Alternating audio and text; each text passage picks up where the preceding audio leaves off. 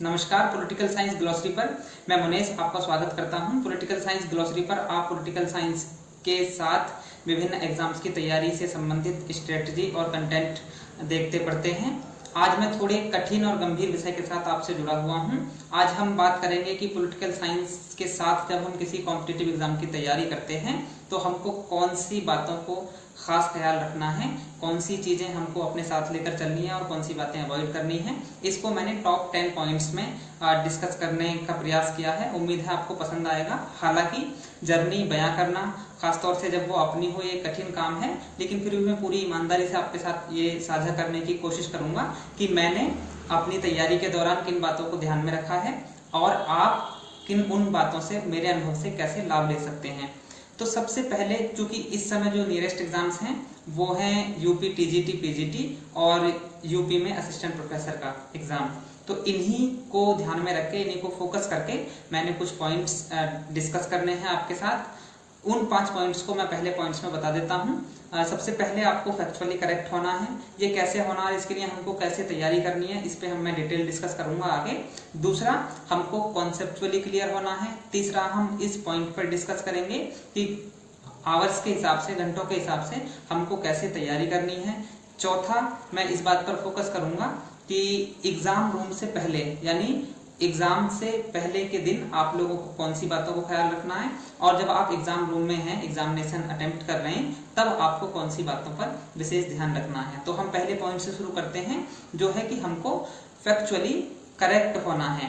Factually correct होने से मेरा मतलब यह है, चूंकि ज्यादातर एग्जाम्स में आप नेट को अगर हम लोग छोड़ दें तो बहुत सारे questions, at least 50% questions fact basis होते हैं। वो किन्हीं जो स्कॉलर्स के कोट हो सकते हैं, वो किन्हीं बुक्स के नाम हो सकते हैं, वो किन्हीं संधि संगठनों की डेट्स हो सकती हैं, या कोई और रेलिवेंट फैक्ट जिस भी तरीके से पूछा जा सकता है, किसी विचारक का कॉन्सेप्ट हो सकता है।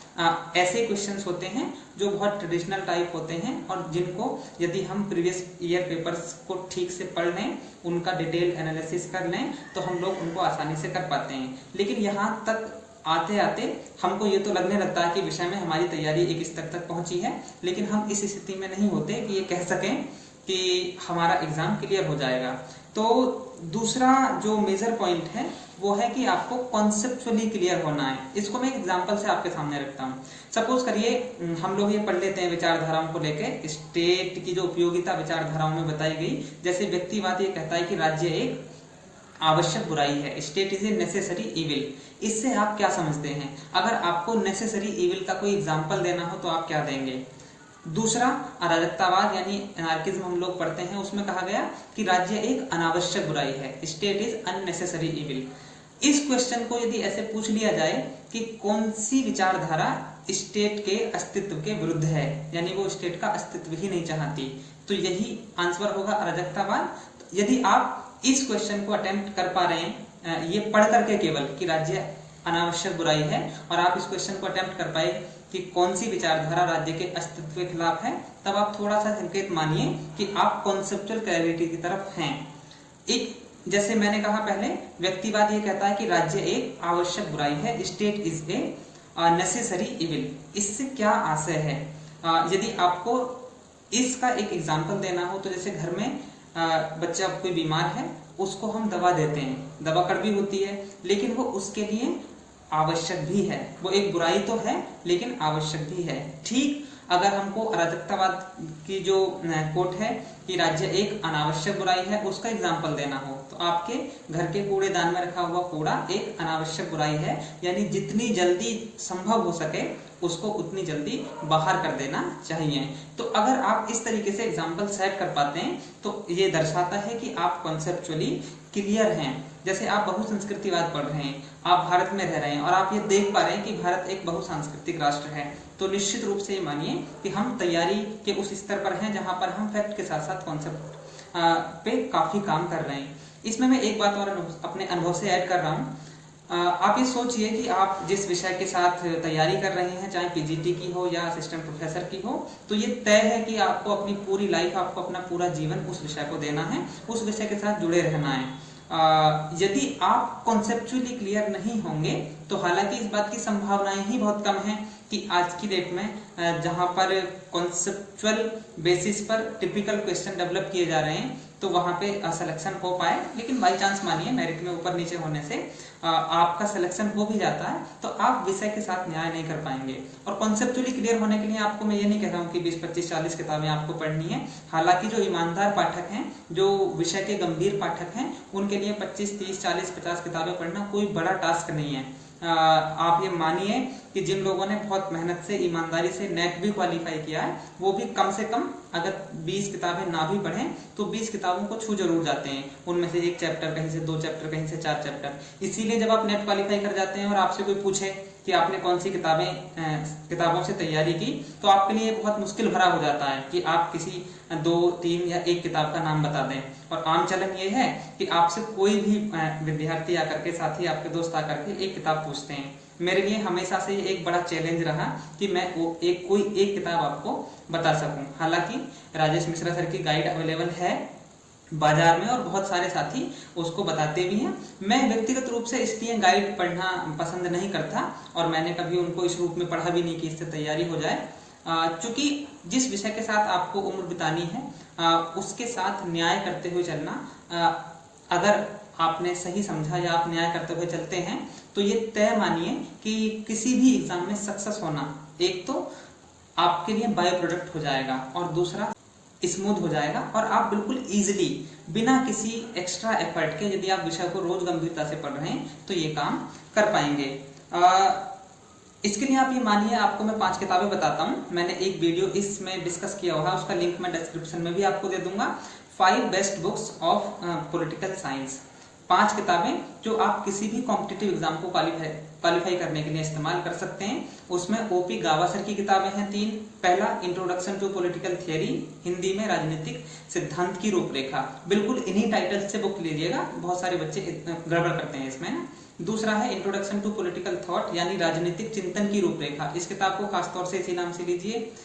तीसरी किताब है आपकी इंटरनेशनल रिलेशंस पे, पुष्पेश पंत सर की, अंतरराष्ट्रीय संबंध, सिद्धांत और व्यवहार। ये 3 लोगों ने मिलकर लिखी है, पुष्पेश पंत, श्रीपाल जैन और राखी पंचोला।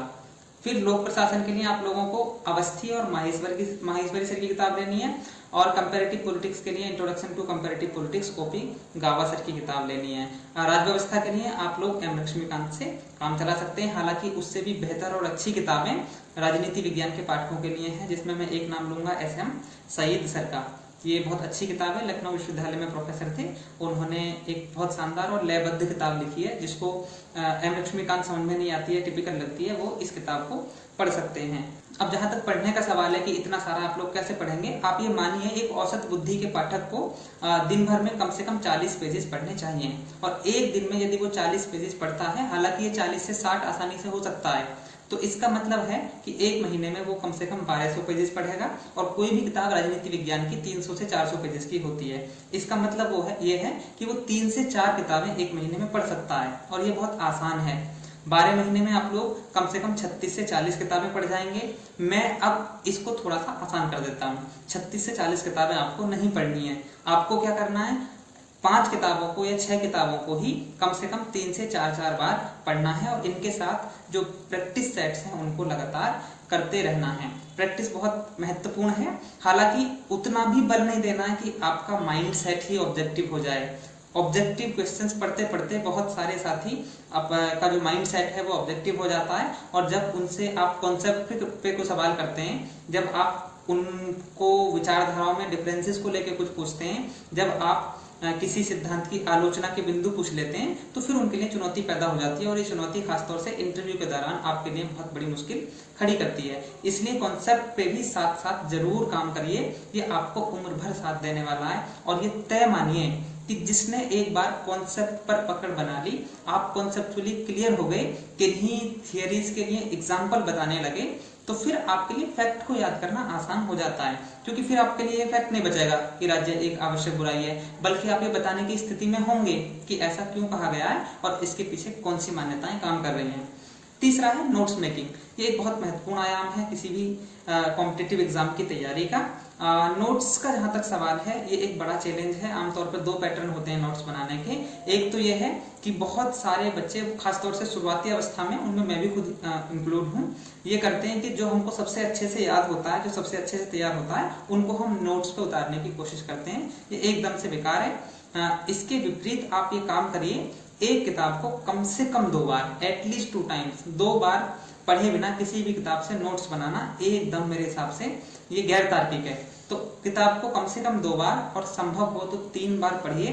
फिर जब चौथी बार में, इन 3 बार जब आप किताब को पढ़ रहे हैं, तो पेन से या किसी हाइलाइटर से उन पॉइंट्स को हाईलाइट करते जाइए जिनके बारे में आपको ये लगता है कि इन पॉइंट्स का आपके तैयारी के दौरान रिवाइज होना जरूरी है, या ये पॉइंट्स इंपॉर्टेंट हैं, ये आपको एक बार में याद नहीं हो रहे हैं। उन पॉइंट्स को आपने अंडरलाइन कर लिया, एक बार एक पेन से करिए, दूसरी बार दूसरे पेन से करिए, और तीसरी बार तीसरे पेन से करिए। तीसरी बार तक आते आते आपने जिस पेन से अंडरलाइन किया है, उसको फिर एक दिन में बैठ करके किसी एक किताब को आप आसानी से नोट्स बना लेते हैं। यदि आपको इसका फॉर्मूला समझना है, तो मेरे हिसाब से ये है कि किसी भी किताब को जब आप पढ़ रहे हैं, तो उसका 4 से 10%, मैक्सिमम 10 और आइडियली 4 to 5% आपको नोट्स में उतारना है। यानी कि अगर आप 100 पेजेस की किताब पढ़े हैं, तो 4 से 5 पेजेस में उसका नोट्स बनाइए और फिर उसको 1 बार, 2 बार, 3 बार रिवाइज कर लीजिए। इसके लिए सबसे बेहतर तरीका है, जो मेरा अनुभव है इसमें, वो ये है कि मैं हॉस्टल से लाइब्रेरी और लाइब्रेरी से हॉस्टल लगभग 2-3 चक्कर लगते थे मेरे, सुबह में, फिर दोपहर लंच के लिए, फिर शाम को हम लोग खाना खा के लाइब्रेरी जाते थे। तो मैं उन्हीं 3-4 पेजेस को लेकर के हॉस्टल से लाइब्रेरी, लाइब्रेरी से हॉस्टल, जहां पे भी आप कोई डिस्टेंस तय करते हैं, जब भी किसी से बात कर रहे होते हैं, तो उन पेजेस को अपने हाथ में रखिए, देखते रहिए, रटिए मत, केवल देखते रहिए, देखते रहिए, देखते रहिए। ये चीजें आपकी आंखों में बच जाएंगी और वो नोट्स आपकी आंखों में इस कदर छप जाएंगे कि आप लोग ये बताने की स्थिति में होंगे कि इस डेट के बाद ये वाली डेट आई है, इसके बाद ये वाला पॉइंट आया और इसके बाद ये वाला पॉइंट आया। तो नोट्स के लेके आप क्लियर हुए होंगे। कम से कम 3 बार किसी किताब को पढ़िए, उसके बाद तीसरी बार में जो बातें आपने पेन से या हाइलाइटर से अंडरलाइन की हैं, केवल उनको बैठ करके आधा 1 घंटा, 4 घंटा, जो भी आपको समय लग रहा है, उसमें खपा दीजिए। इसको मैं इस तरीके से भी समझता हूँ, यदि आपने 400-400 पेजेस की 3 किताबें पढ़ी, यानी 1200 पेजेस पढ़े, और आपने 200-300 पेज का उनका नोट्स बना लिया, तो परिणाम क्या हुआ कि आपने 3 किताबें पढ़ी और चौथी किताब आपने नोट्स के रूप में डेवलप कर ली, यानी अपना काम और ज्यादा बढ़ा लिया। नोट्स हमेशा चीजों को मिनिमाइज करने के लिए होते हैं, आपको सहूलियत देने के लिए होते हैं। छोटी छोटी बुकलेट्स बनाइए, कभी भी नोट्स को बहुत ज्यादा बड़े फॉर्मेट में, बहुत ज्यादा डिस्क्राइब फॉर्मेट में मत बनाइए।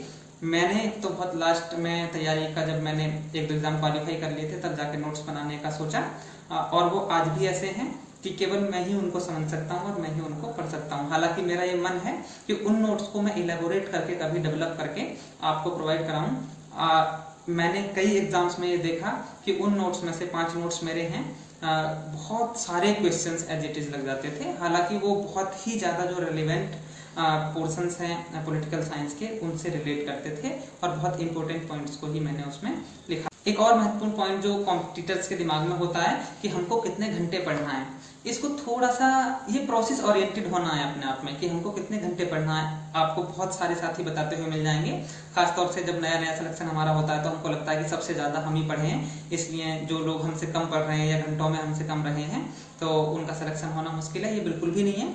आप लोग, मैं जितनी भी पॉइंट्स बता रहा हूँ, ये किसी औसत आईक्यू के बच्चे के लिए हैं। अगर आप एक्सीलेंट हैं तो आपके लिए और आसान है, आप एवरेज आईक्यू के हैं तो ये पॉइंट्स आपके लिए बहुत कारगर होंगे। आप विश्वास कीजिए कि इन्हीं पॉइंट्स के आसपास आपकी सक्सेस बुनी जा सकती है। तो आवर्स का जहां तक सवाल है, बिल्कुल प्रोसेस ओरिएंटेड मत हुइए। वैसे अगर आप बिल्कुल धार्मिक हैं घंटों को लेकर ही, तो मुझे लगता है कि 6 से 8 घंटे नॉर्मल टाइम में और 8 से 12 घंटे जब इमरजेंसी टाइम है, उसमें आपको पढ़ना चाहिए। इमरजेंसी टाइम से मेरा मतलब है जब एग्जाम आपके निकट होता है। हालांकि एक बहुत बेहतरीन फॉर्मूला ये हो सकता है, ये मैं अंडरलाइन कर रहा हूँ इस बात को, कि आप इसको रिवर्स कर दीजिए। आप नॉर्मल टाइम में 8 से 12 घंटे पढ़िए और इमरजेंसी टाइम में आप 6 से 8 घंटे पढ़िए। आपके आउटकम्स पर, आपके रिजल्ट पर इसके बहुत सकारात्मक परिणाम होंगे। मैंने खुद से ये आजमा के देखा है। आप क्या करते हैं, हाँ, आम पाठक ये कर रहा है आजकल, आम बच्चा ये कर रहा है कि नॉर्मल टाइम में रिलैक्स है एकदम से, कभी 1 घंटा पढ़ लिया, कभी 3 घंटे, कभी 7 घंटे, कभी बारात में, कभी कहीं पे चले गए, मैंने तो टाइम काफी सारा निकाल दिया। फिर क्या कर रहे हैं, इमरजेंसी टाइम जब आया, एग्जाम निकट आया, तो सारा बर्डन ले लिया, सारे नोट्स, सारी किताबें, सारे प्रीवियस पेपर्स लाके इकट्ठे कर लिए, और परिणाम हुआ कि उसमें से हम वो नहीं ले पाए जो हमको लेना था। तो इसको रिवर्स करिए, आप नॉर्मल टाइम में 12-14 घंटे भी पढ़ लेंगे तो आपके ऊपर कोई प्रेशर नहीं रहेगा, वो चीजें आपको आसानी से याद रहेंगी, आपका आउटकम बना रहेगा। इमरजेंसी टाइम में आपके मस्तिष्क पर एक लोड ऑलरेडी होता है एग्जाम का, और फिर आप उसको ओवरलोडेड कर लेते हैं बहुत सारी किताब, नोट्स और इन सब के माध्यम से। तो नॉर्मल टाइम में ज्यादा से ज्यादा पढ़िए, इमरजेंसी टाइम में बिल्कुल जो जेन्युइन आवर्स हैं उनको पढ़िए, अपनी एनर्जी को मेंटेन करके चलिए। इससे बेहतर होगा अगर आप घंटों को लेकर के ज्यादा धार्मिक नहीं हैं, तो आप इस तरीके से टारगेट सेट कीजिए कि आज मुझको 40 पेजेस पढ़ने हैं ओपी गावा से और 2 प्रीवियस क्वेश्चन पेपर्स करने हैं। आज मुझको 60 पेजेस पढ़ने हैं सीबी गैना से और 3 प्रीवियस पेपर्स पढ़ने हैं। आज मुझको एम लक्ष्मीकांत की किताब के शुरुआत के 80 पेजेस पढ़ने हैं और मुझको प्रीवियस पेपर्स करने हैं। इस तरीके से टारगेट बनाइए। शुरुआत में मुझे लगता है कोई भी आम पाठक ओपी गावा सर से 35 से 45-50 पेज पढ़ सकता है आसानी से। और जो नॉर्मल किताबें हैं, चूंकि ओपी गावा सर की किताब थोड़ी सी हार्ड टू डाइजेस्ट है मेरे हिसाब से, मतलब वो थोड़ी सी टिपिकल है। हालांकि किसी को अगर वो समझ में आ गई तो मुझे लगता है फिर वो उससे हमेशा जुड़ जाता है और वो फिर दूसरी किताबों को कम पसंद करता है। लेकिन वो थोड़ी सी समझने में हल्की सी भारी है तरीके से ना, कठिन नहीं कह रहा हूं मैं, बिल्कुल भी मतलब ये नहीं कह रहा हूँ कि उसका लेवल इतना हाई है कि आप लोग नहीं समझ पाएंगे। मैं ये कह रहा हूँ कि उसमें उतने सारे फैक्ट्स और कॉन्सेप्ट साथ साथ चलते हैं, एकदम से बढ़िया शानदार मिश्रण अगर कहीं पे है तो ओपी गावा में है। इसलिए उसमें 40 पेज के आसपास, और नॉर्मल और किसी भी किताब में आप लोग 60 पेज के आसपास आसानी से पढ़ सकते हैं। तो इस पे थोड़ा फोकस करिए कि आपके पेजेस जब पूरे हो जाएं। अब आपको लगेगा सर मैंने 60 पेज पढ़ लिए, मुझे कुछ भी याद नहीं हुआ। मैंने आपको कहा है पीछे कि आप लोग एक किताब को 3 बार पढ़िए। आप विश्वास कीजिए कि चौथी बार जब उस किताब को आप खोल रहे होंगे तो आपको केवल पेज पलटने की आवश्यकता होगी, और जो पॉइंट्स आपने अंडरलाइन किए होंगे वो आपके नोट्स के रूप में काम कर रहे होंगे। यानी कि अगर आप नोट्स को लेके बहुत अधिक आग्रही नहीं है तो आप उसको स्किप करके भी अपना काम चला सकते हैं। जो लोग ये कहते हैं कि किताबों से रिवीजन संभव नहीं होता, ये थोड़ा सा मुझे ये बात पचती नहीं है। मैं इसको इस रूप में देखता हूँ कि यदि आपने किताबों को कई बार पढ़ लिया है, उसको अंडरलाइन कर लिया है, तो फिर एक पेज पर जो 2 चीजें आपने अंडरलाइन की हैं वो आपका नोट्स है। नोट्स के लिए जरूरी थोड़ी नहीं कि हाथ से लिखे हम लोग। एक और महत्वपूर्ण बात जो मैं यहाँ पर अंडरलाइन कर रहा हूँ वो ये है कि आज मार्केट में ढेर सारी चीजें एकदम से बवंडर फैला हुआ है, नोट्स का, शॉर्ट नोट्स का, सभी चीजों का। और आप अगर टेलीग्राम पे चले जाएं गलती से तो कम 50 से 60 नोट्स आपको एक दिन में आसानी से कलेक्ट हो जाएंगे। थोड़ा सा बचिए, अपने ऊपर विश्वास कीजिए और जरूर आवश्यक रूप से मौलिक किताबों की तरफ थोड़ा सा ध्यान दीजिए। जो टेक्स्ट है, जो किताबें हैं जहां से क्वेश्चन पेपर डेवलप होता है, क्वेश्चन पेपर कभी भी किसी के नोट्स से, किसी की गाइड से डेवलप नहीं होता, वो हमेशा ओरिजिनल टेक्स्ट से होता है। थोड़ी अच्छी किताबें पढ़ेंगे तो क्वेश्चन पेपर की लैंग्वेज भी आपको अपने जैसी लगेगी, क्योंकि आप उस लैंग्वेज को ऑलरेडी पढ़ चुके हैं। तो इस पर आप थोड़ा सा ध्यान देंगे। एक बात है कि हम लोग कितनी मेहनत करें कि सक्सेस मिल जाए। आपको मालूम है रोजगार का थोड़ा सा अभाव रहता है, खासतौर से सरकारी तंत्र में, लेकिन फिर भी मैं ये समझता हूँ कि किसी औसत बुद्धि के पाठक ने यदि 6 महीने, आप लोग जो एमए के दौरान तक पढ़े हैं उसके इतर, अगर आप 6 महीने गंभीर अध्ययन कर लें, यानी 6 से 8 और 8 से 12 घंटे पढ़ लेते हैं, तो फिर सच में मुझे नहीं लगता है कि ऐसा कोई भी एग्जाम बचेगा जो आपको कठिन लगेगा। दौड़ निश्चित रूप से लंबी है।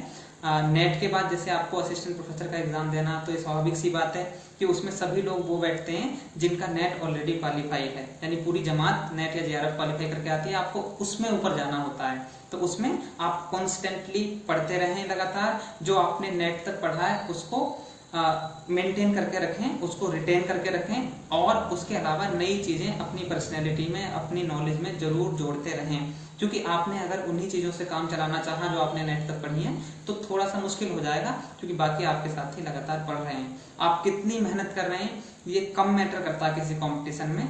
मैटर जो चीज करती है वो ये है कि आपके जो प्रतियोगी हैं, आपके जो कॉम्पिटिटर्स हैं, वो कितनी मेहनत कर रहे हैं। आप इसको ऐसे सोचिए, बिल्कुल मैथमेटिकली आपकी 6 घंटे की पढ़ाई कारगर है यदि आपके कॉम्पिटिटर्स 5 घंटे पढ़ रहे हैं, 4 घंटे पढ़ रहे हैं। लेकिन आपकी 12 घंटे की पढ़ाई कारगर नहीं रहती है कंपटीशन में सक्सेस के लिहाज से, ऐसा मैं नहीं कह रहा हूँ कि पढ़ाई कारगर नहीं रहती है, बल्कि कंपटीशन में सक्सेस के हिसाब से आपकी 12 घंटे की पढ़ाई भी कम पड़ जाती है जब आपके कॉम्पिटिटर्स 14 घंटे पढ़ रहे होते हैं। तो रेगुलरली अपने आप को इवेल्युएट करिए, एग्जामिन करिए और ये देखिए कि मैं अपने कॉम्पिटिटर के सापेक्ष एग्जाम से पहले किस स्टैंड पर खड़ा हूँ।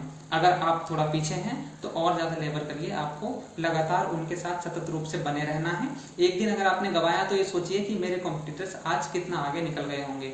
मैं ये बिल्कुल भी नहीं कह रहा हूँ कि आपके रूम के बराबर में जो लड़की या लड़का तैयारी कर रहा है वो आपका कॉम्पिटिटर है, नहीं, वो आपका दोस्त है। आपके कॉम्पिटिटर खुद आप हैं, अपने आप को कॉम्पीट करिए। अब हम आते हैं एग्जाम के 2 दिन पहले। एग्जाम के 2 दिन पहले आप लोग खुद को रिलैक्स कीजिए। अगर आप गाना सुनना पसंद है तो निश्चित रूप से खूब सारे गाने सुनिए। मैंने मध्य प्रदेश में जब एग्जाम दिया था तो मुझको अभी भी याद है, उस समय मैं गाने गाता भी था और सुनता भी था। तो मैंने काफी सारे गाने उस समय सुने और मैं गाता गाता लगभग रूम की तरफ गया। परिणाम ये हुआ कि माइंड एकदम कूल और रिलैक्स था, एग्जाम का कोई भी डर नहीं था।